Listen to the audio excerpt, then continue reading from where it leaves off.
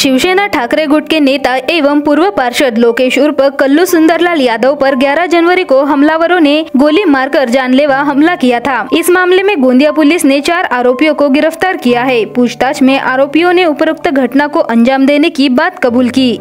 यह जानकारी जिला पुलिस अधीक्षक निखिल पिंगले ने 13 जनवरी को गोंदिया शहर पुलिस स्टेशन में आयोजित पत्र परिषद में दी। उन्होंने बताया कि प्राथमिक जाँच में यह मामला आर्थिक लेन देन को लेकर होने का अनुमान है। इस मामले में आरोपियों की संख्या बढ़ने की संभावना है। गिरफ्तार आरोपियों में भिंडी लेआउट वरोड़ा तहसील कमलेश्वर जिला नागपुर निवासी गणेश शिवकुमार शर्मा उम्र 21 वर्ष, शिक्षक कॉलोनी कमलेश्वर जिला नागपुर निवासी अक्षय मधुकर मानकर उम्र 28 वर्ष, कुंभारे नगर गोंदिया निवासी धनराज उर्फ रिंकू राजेंद्र राउत उम्र 32 वर्ष तथा गौतम बुद्ध वार्ड श्रीनगर गोंदिया निवासी नागसेन बोधिमंतो उम्र 41 वर्ष शामिल है। आरोपियों को न्यायालय में पेश किए जाने पर उन्हें 22 जनवरी तक पुलिस हिरासत में रखने के आदेश दिए हैं। पुलिस अधीक्षक ने बताया कि इस मामले में फरार आरोपियों की खोज की जा रही है।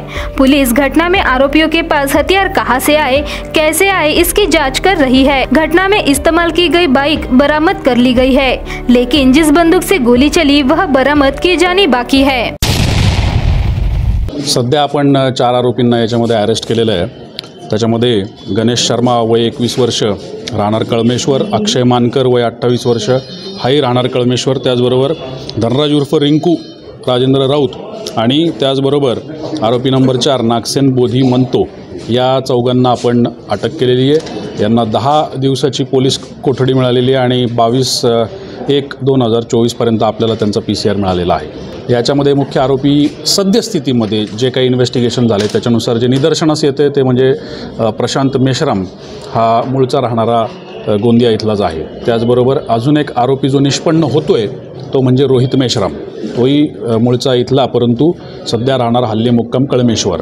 आतापर्यंत मिळालेल्या आपल्या तपासातल्या आणि प्राथमिक माहिती आणि इंट्रोगेशनमधल्या माहितीप्रमाणे 1 राऊंड फायर झाला होता जो जखमीला लागलेला आहे। प्राइमा फेसी सध्याच्या इन्व्हेस्टिगेशननुसार झालेल्या इंट्रोगेशननुसार मिळालेल्या माहितीनुसार ज्याचं कोरॅबोरेशन जखमी आणि कालांतराने जे आरोपी अटक होतील यांच्याकडून जे कोरॅबोरेशन होईल तर त्याच्यानुसार जे काही निष्पन्न होईल ते होईल, परंतु सध्या मिळालेल्या माहितीनुसार जे काही त्यांचे आधीचे आर्थिक व्यवहार काही होते तर त्याच्यामध्ये साधारणपणे 8-9 महिन्यापूर्वी जे वितुष्ट निर्माण झालं होतं, देवाणघेवाणीचा जो विषय होता, तर याच्यातून हा प्रकार घडल्याचं साधारणपणे दिसून येतं आहे। आतापर्यंतच्या आपल्या तपासामध्ये 2 आरोपी हे गोंदिया बाहेरचे आहेत आणि 2 आरोपी हे गोंदिया इथले आहेत। आरोपींची संख्या निश्चित वाढेल ऐसा आम्हाला वाटतं। भंडारा गोंदिया जिला वासियों के लिए खुशखबर है। अब आपका मनपसंद channel BS crime media news अब आपके केबल नेटवर्क पर, जी हां, अपने केबल नेटवर्क के एशियन चैनल नंबर